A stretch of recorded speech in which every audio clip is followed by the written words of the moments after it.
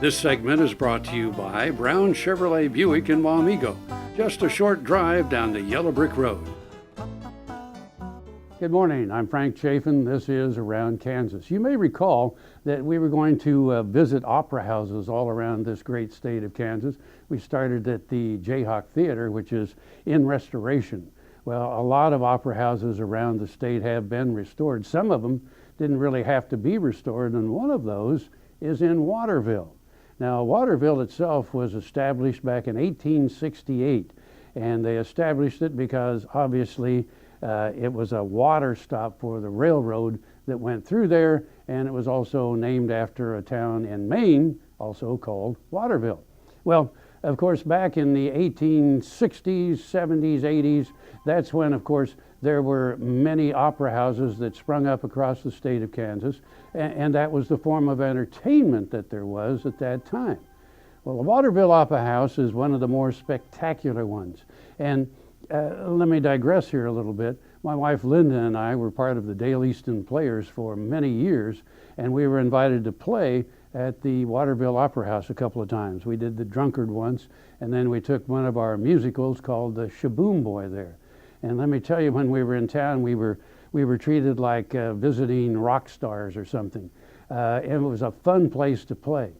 Now, let me tell you, the Opera House itself, you walk up 7.5 steps into this Opera House. It's all nice and white, and you walk in, and you see a wonderful ceiling in there. It's a flocked ceiling, and a huge chandelier right in the middle. And then, of course, all the seatings, and then a big stage area.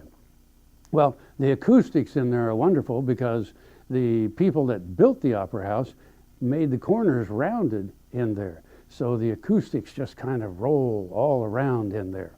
The Waterville Opera House is not one that was transformed into a movie house.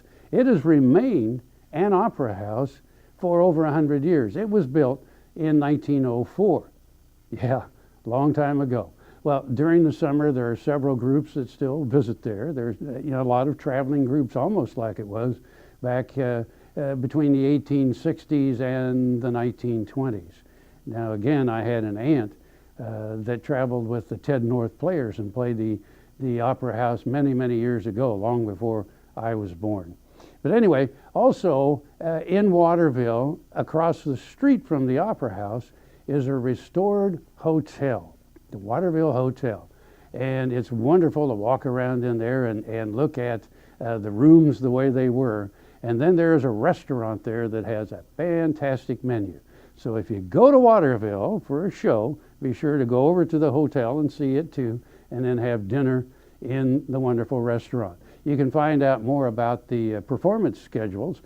You can Google them, the Waterville Opera House, and make sure it's Waterville, Kansas, because otherwise you'll get Waterville, Maine, and I don't think they have an opera house. So anyway, be sure to stop at the Waterville Opera House, and again, like I say, we're going to be looking at other opera houses all around this great state of Kansas.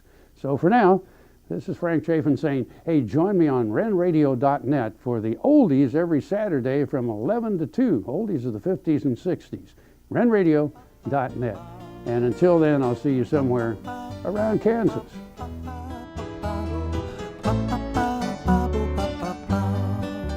Healthy cows start with the new hired hand automatic livestock sprayer. Rancher invented to provide an efficient alternative to pour-on and injectable parasite management systems. The portable design allows cattle to treat themselves head to hoof. Strategic device placement with pass-through activation technology takes the stress out of parasite treatment for cattle and the rancher, leaving more time to tend to other vital tasks on the farm. To learn more, visit cowsprayer.com. The new hired hand makes healthy cows easy.